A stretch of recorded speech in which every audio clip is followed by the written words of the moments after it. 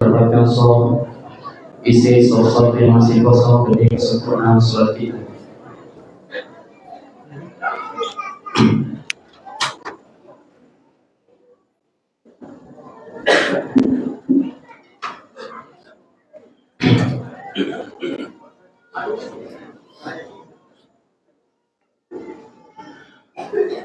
Allahu Akbar.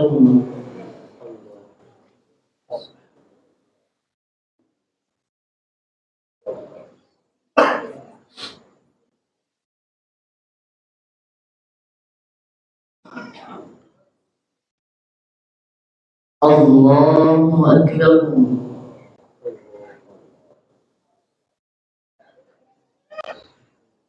Allahu Akbar.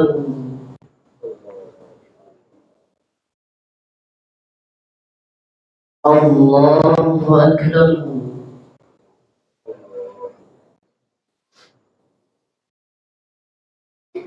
Allahu Akbar.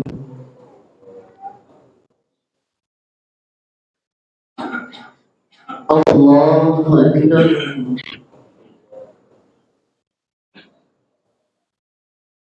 Allahu Akbar. Allahu Akbar.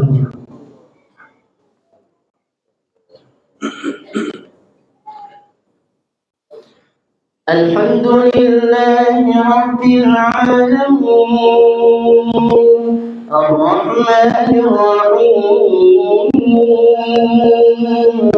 Maliki Yawmiddin Iyyaka na'budu wa iyyaka nasta'in اهدنا الصراط المستقيم صراط الذين أنعمت عليهم غير المغضوب عليهم ولا الضالين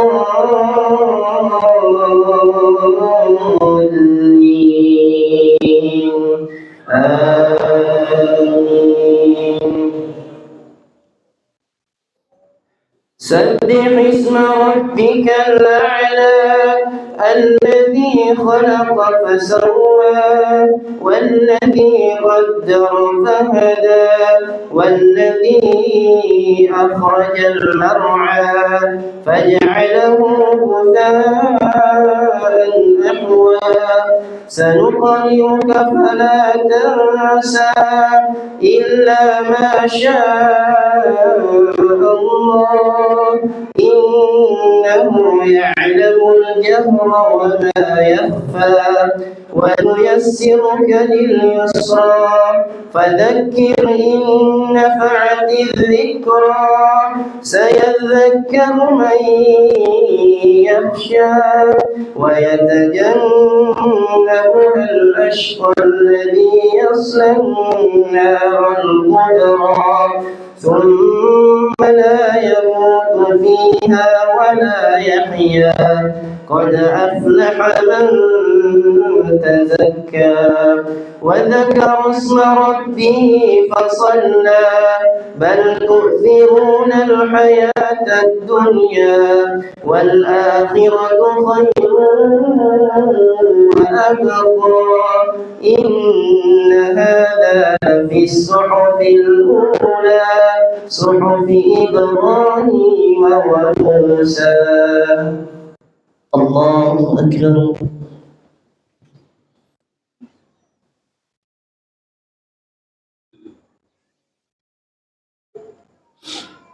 سمع الله لمن حمده. الله أكبر.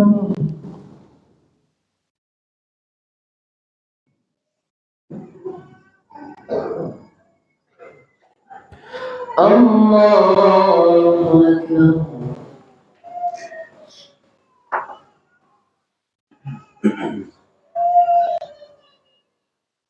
الله أكبر.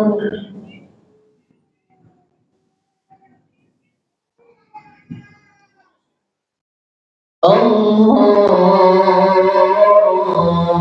أكبر.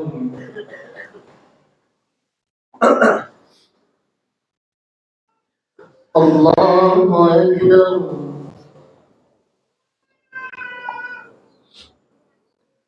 الله أكبر.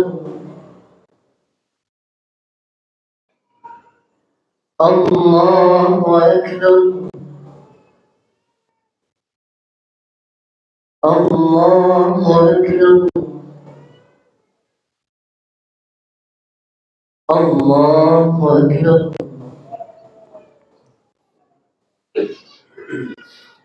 الحمد لله رب العالمين الرحمن الرحيم مالك يوم الدين إياك نعبد وإياك نستعين اهدنا الصراط المستقيم صراط الذين أنعمت عليهم غير المغضوب عليهم ولا الضالين آمين.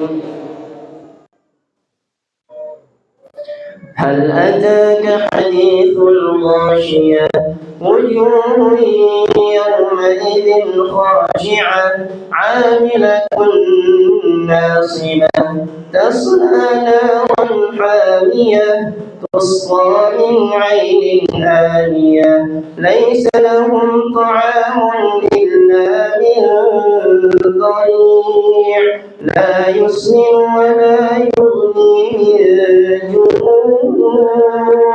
وجوه يومئذ ناعمة لسعيها راضية في جنة عالية لا تسمع فيها لاغية فيها عين جارية فيها سرر مرفوعة وأكواب موضوعة ونمارق مصفوفة وزرابي مبثوثة أفلا ينظرون إلى الإبل كيف خلقت وإلى السماء كيف رفعت وإلى الجبال كيف نصبت وإلى الأرض كيف سطحت فذكر إنما أنت مذكر لست عليهم بمسيطر إلا من تولى وكفر فيعذبه الله العذاب الأكبر إن إلينا إيابهم ثم إن علينا حسابهم. الله أكبر.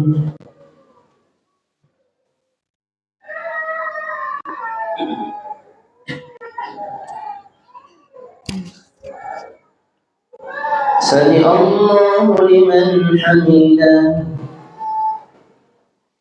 الله أكبر.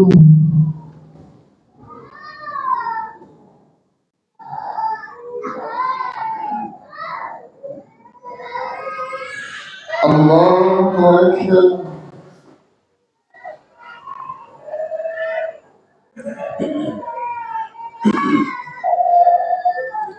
الله أكبر.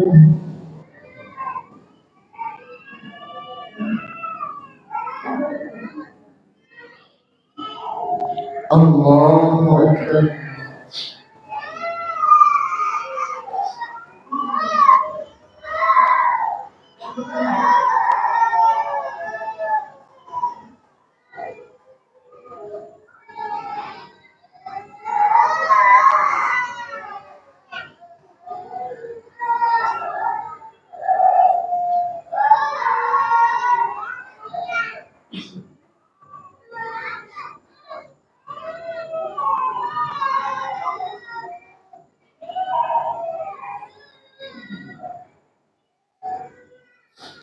السلام عليكم ورحمة الله.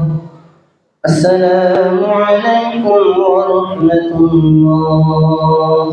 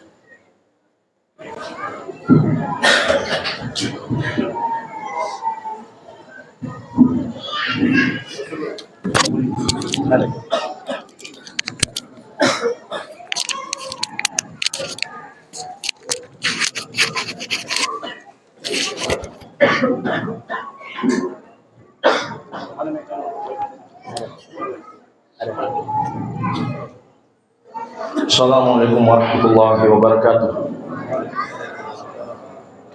Allahu Akbar, Allahu Akbar, Allahu Akbar. La ilaha illallah wallahu akbar. Allahu Akbar walillahil hamd. Innal hamdalillah nahmaduhu wa nasta'inuhu wa nastaghfiruh wa na'udzu billahi min shururi anfusina wa sayyiati a'malina. May yahdihillahu fala mudilla lahu wa may yudlil fala hadiya lahu. Wa ashhadu an la ilaha illallah wahdahu la syarika lahu wa ashhadu anna Muhammadan abduhu wa rasuluh. Ya ayyuhalladzina amanu taqullaha haqqa tuqatih wa la tamutunna illa wa antum muslimun. Ya ayyuhan nasu taqu rabbakum alladzi khalaqakum min nafsin wahidah wa khalaqa minha zawjaha wa batha minhuma rijalan katsiran wa nisaa wattaqullaha alladzi tasaaluna bihi wal arham innallaha kana 'alaikum raqiba. Ya ayyuhalladzina amanu taqullaha wa qulu qawlan sadida yuslih lakum a'malakum wa yaghfir lakum dhunubakum wa may yuti'illaha wa rasulahu faqad faza fawzan 'azima. Amma ba'd. Fa ikhwani fid din wa akhwati fillah, kaum muslimin dan muslimat, jamaah salat Id yang saya cintai dan saya muliakan rahimani wa rahimakumullah. Kita bersyukur kepada Allah Subhanahu wa taala sampai hari ini, sampai detik ini masih terus mencurahkan kepada kita nikmat demi nikmat. Ada nikmat sehat, ada nikmat waktu luang, sehingga alhamdulillah kita bisa berkumpul di pagi yang berbahagia ini untuk menegakkan ibadah besar salat Id secara berjamaah. Allah Subhanahu wa taala menegaskan dalam Al-Qur'an, "Wa in ta'uddu nikmatallahi la tuhsuha." Jika kalian mau menghitung-hitung nikmat Allah, maka pasti kalian tidak akan mampu menghitungnya. Salam dan salawat kita kirimkan kepada teladan kita, panutan kita, Nabiullah Muhammad sallallahu alaihi wasallam. Allahu Akbar, Allahu Akbar. La ilaha illallah, Allahu Akbar walillahil hamd. Jamaah sekalian rahimani wa rahimakumullah, setelah berlalunya bulan suci Ramadan, maka tidak boleh berhenti dari ibadah dan ketaatan kepada Allah Subhanahu wa taala. Allah Subhanahu wa taala menegaskan dalam Al-Qur'an, "Wa'bud rabbaka hatta ya'tiyakal yaqin." Beribadahlah kamu kepada Rabbmu sampai datang yakin. Kata para ulama, sampai datang kematian. Kenapa kematian dikatakan al-yakin? Sebab semua orang meyakini akan mendapati yang namanya kematian. Dan para ulama mengatakan, jamaah sekalian, al-a'mal la tantahi bintihai mawasimiha. Sesungguhnya ibadah itu tidak akan pernah berhenti walaupun waktu-waktunya itu selesai. Wa innama tantahiyal a'mal bintihail ajal. Sesungguhnya ibadah itu nanti berhenti kalau ajal sudah datang menjemput. Dan juga termasuk tanda, ciri, alamat diterimanya amalan seseorang di bulan suci Ramadan, dia tetap beribadah walaupun Ramadan telah berlalu. Sebagaimana kata para ulama, fa innallaha idza taqabbala amala 'abdin waffaqahu li amalin salihin ba'dahu. Sesungguhnya Allah jika menerima amalan seorang hamba, maka Allah akan mudahkan setelahnya. Allah akan berikan taufik kepadanya untuk tetap melakukan ibadah walaupun waktu-waktu itu selesai. Allahu Akbar, Allahu Akbar, la ilaha illallah, Allahu Akbar walillahil hamd. Jamaah sekalian yang saya cintai dan saya muliakan rahimani wa rahimakumullah, di dalam Al-Quran Allah Subhanahu wa ta'ala menyebutkan ada 10 hak yang wajib kita tunaikan. Dan hak yang pertama Allah tegaskan, wa'budullah wa la tusyriku bihi syai'an. Beribadalah kalian seluruhnya hanya kepada Allah, dan janganlah kalian mempersekutukan Allah sedikit pun juga dengan apapun juga, dengan siapapun juga. Perhatikanlah jamaah sekalian, inilah hak yang pertama yang harus kita tunaikan kepada Allah, yaitu beribadah hanya kepadanya. Jadi orang yang sudah sholat di bulan Ramadan tidak boleh berhenti walaupun Ramadan telah berlalu. Tidak boleh dia berhenti untuk beribadah. Jangan dia berhenti untuk sholat, untuk menegakkan ibadah besar walaupun Ramadan telah berlalu. Karena jamaah sekalian, sholat itu, sholat wajib itu adalah pembeda antara kaum muslimin dan orang-orang kafir, pembeda antara orang-orang yang beriman dan orang-orang yang musyrik. Sebagaimana kata Nabi sallallahu alaihi wasallam, al-ahdul ladzi bainana wa bainahumus shalah, faman tarakaha faqad kafar. Barang siapa atau perjanjian antara kami dengan kaum musyrikin adalah salat, maka siapa yang meninggalkan salat, sungguh dia telah kufur kepada Allah Subhanahu wa taala. Di dalam hadis yang lain Rasulullah SAW mengatakan, inna bainar rajul wa bainas syirki wal kufri tarkus shalah. Sesungguhnya batas antara seorang hamba dengan kesyirikan dan kekafiran adalah ketika hamba tersebut meninggalkan salat. Jamaah sekalian, tabi'in yang mulia Abdullah bin Syaqiq rahimahullah menukil adanya ijma' di tengah para sahabat bahwa orang yang meninggalkan salat wajib maka dia telah kufur kepada Allah Subhanahu wa taala. Beliau mengatakan, kana ashabu Muhammadin sallallahu alaihi wasallam la yarawna syai'an minal a'mal tabqu kufrun ghairas shalah. Sesungguhnya dulu di masa Nabi, para sahabat tidak pernah memandang ada satu amalan yang ditinggalkan menyebabkan seseorang itu menjadi kufur kecuali orang yang meninggalkan salat. Allahu Akbar, Allahu Akbar, la ilaha illallah, Allahu Akbar walillahil hamd. Inilah jamaah sekalian, ibadah besar yang tidak boleh lagi kita tinggalkan. Kalau kita mendapatkan hidayah, taufik untuk salat di bulan Ramadan, jangan lagi kita tinggalkan di luar bulan suci Ramadan. Karena Rabb yang kita sembah di bulan Ramadan, itu pula lah yang kita sembah di waktu-waktu yang lain. Allahu Akbar, Allahu Akbar, la ilaha illallah, Allahu Akbar walillahil hamd. Kemudian jamaah sekalian, hak Allah Subhanahu wa taala, Allah tegaskan, wala tusyriku bihi syai'an. Jangan kalian mempersekutukan Allah syai'an, sedikit pun juga, dengan apapun juga, dengan siapapun juga. Kenapa jamaah sekalian? Mempersekutukan Allah itu adalah dosa yang tidak mungkin Allah ampuni kalau pelakunya wafat dan belum sempat tobat. Kalau pelakunya meninggal tidak sempat tobat. Sebagaimana yang Allah tegaskan dalam Al-Quran, innallaha la yaghfiru an yushraka bihi. Sesungguhnya Allah tidak mungkin memaafkan dosa mempersekutukan Allah. Wa yaghfiru ma duna dzalika liman yasha. Tapi Allah akan janji, Allah maafkan dosa yang di bawah itu bagi siapa yang Allah Subhanahu wa taala kehendaki.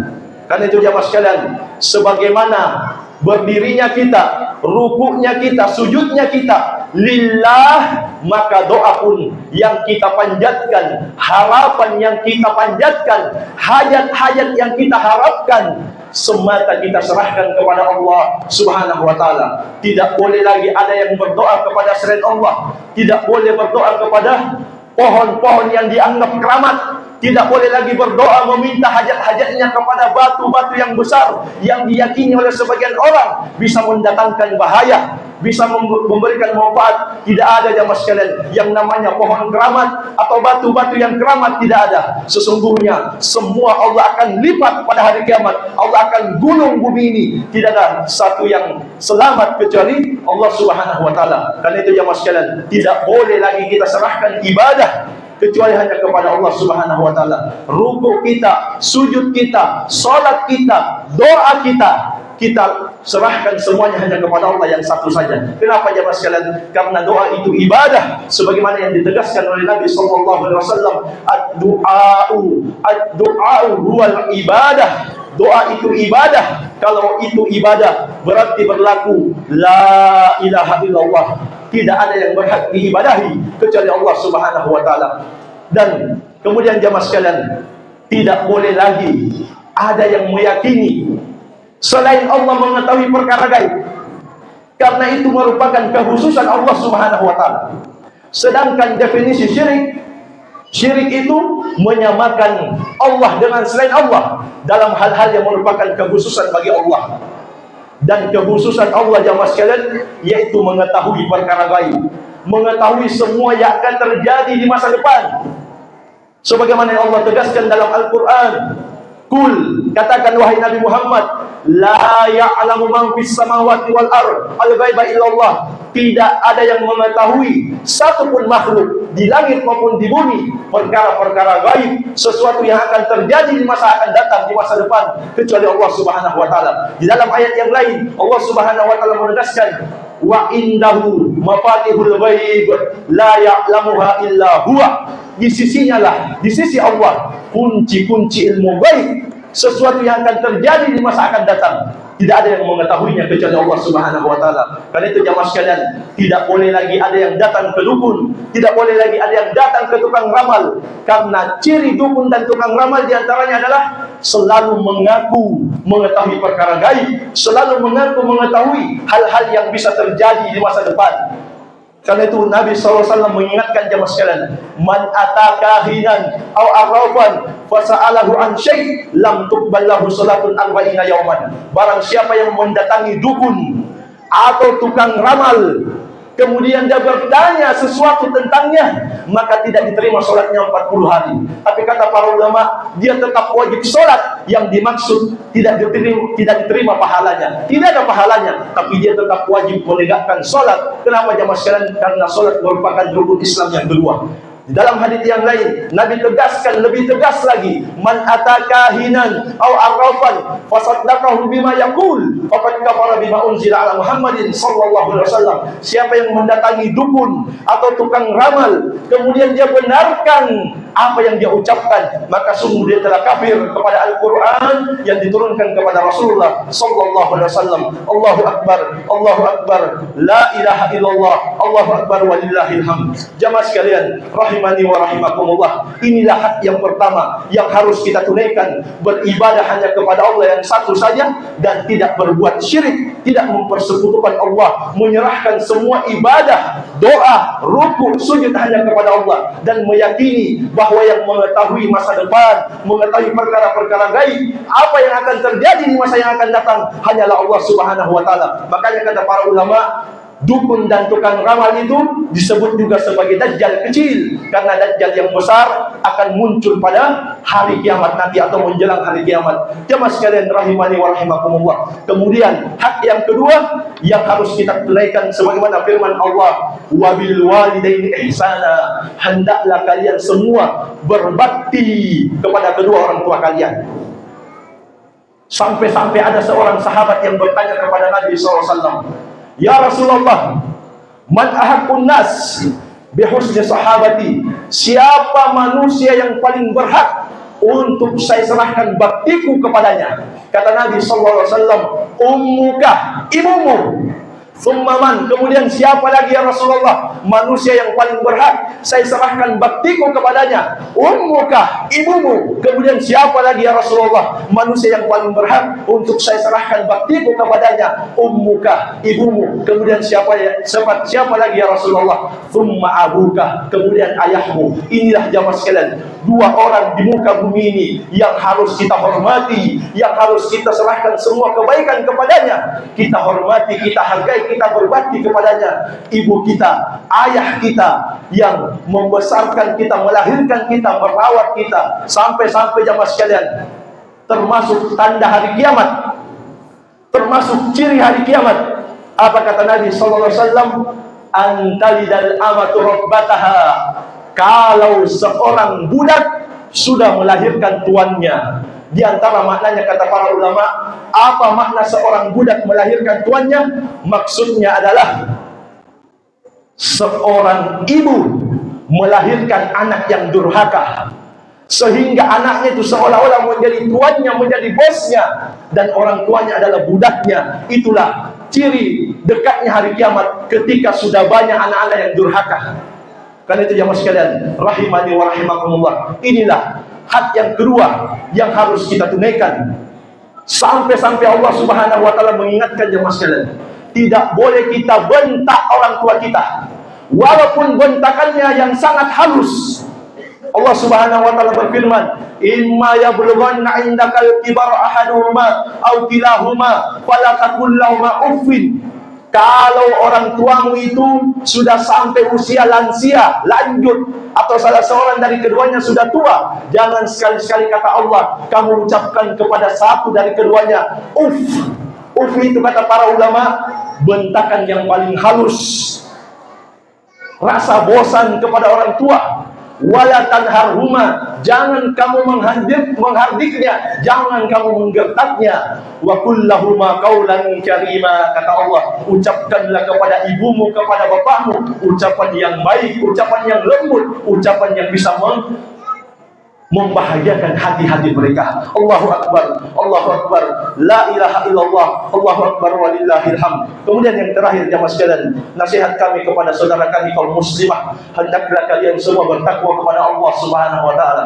Jalankan perintah Allah, jauhi larangannya. Nabi SAW berjanji, jika mereka melakukan 4 hal ini, maka Allah Subhanahu wa taala akan masukkan mereka ke dalam surga. Nabi SAW mengatakan, "Idza shallatil mar'ah khamsaha," jika seorang wanita sudah sholat 5 waktu, wa shoma syahraha, sudah berpuasa di bulan Ramadan, wa hafidzat farjaha, dia jaga kesuciannya, kehormatannya hanya untuk suaminya, wa ata'at zaujaha, dan dia taati suaminya dalam hal kebaikan, selama itu kebaikan wajib dia taat kepada suaminya. Maka apa kata Nabi SAW?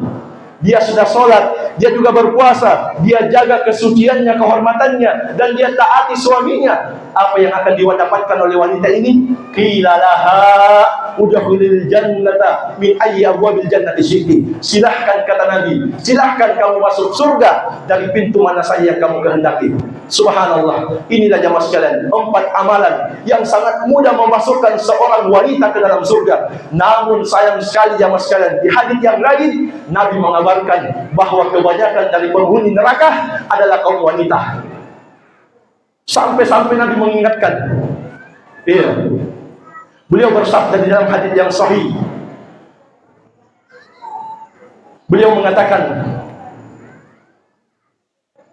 "Ya ma'syaral nisa, wahai sekalian perempuan, tasaddaqna, perbanyaklah sedekah. Fa inni ra'aitukunna aktsara ahlin nar." Karena sungguh kata Nabi, saya melihat kebanyakan penghuni neraka itu dari kalangan wanita.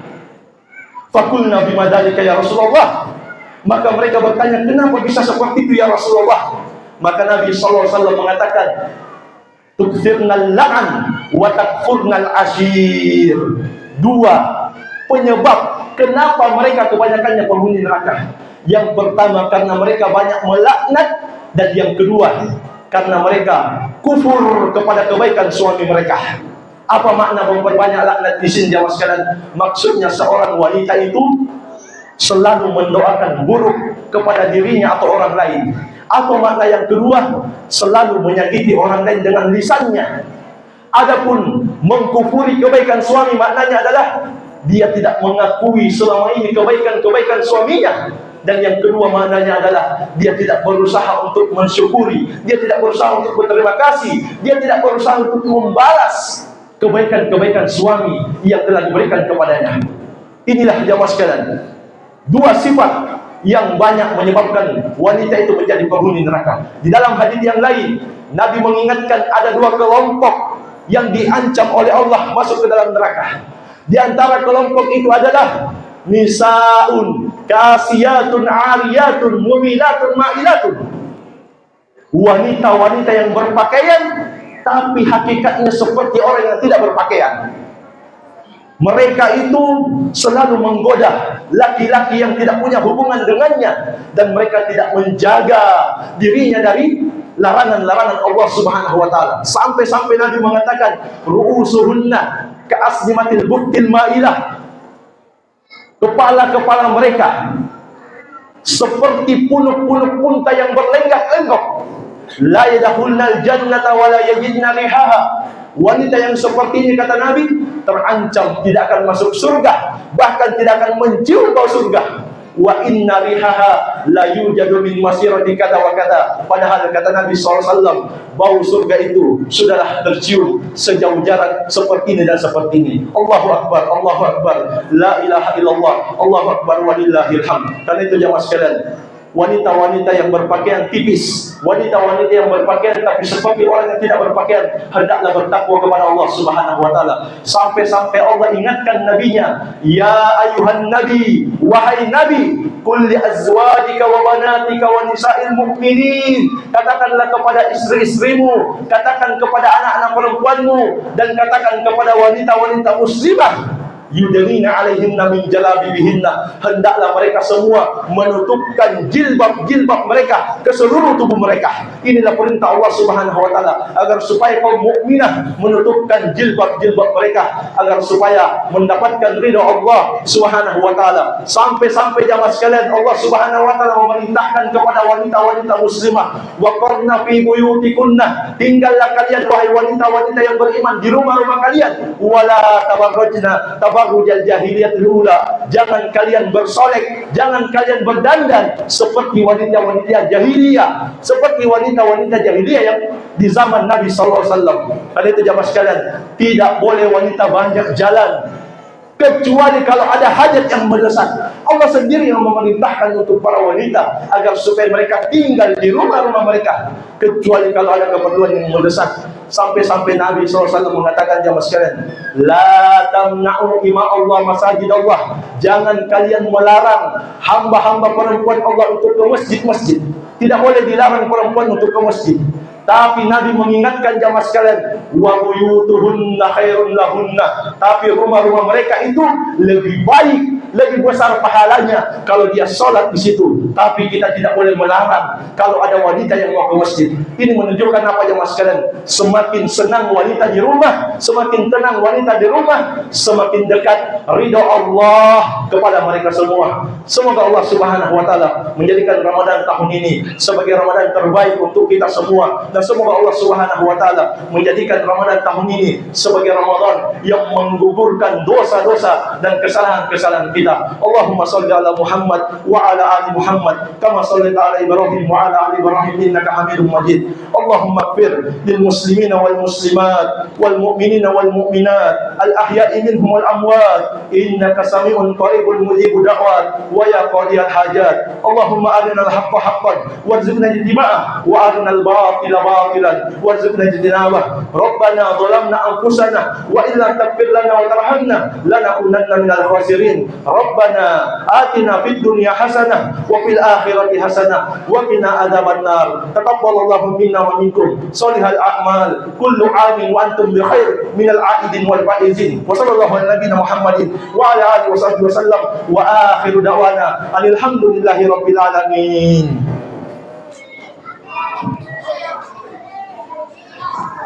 Thank you.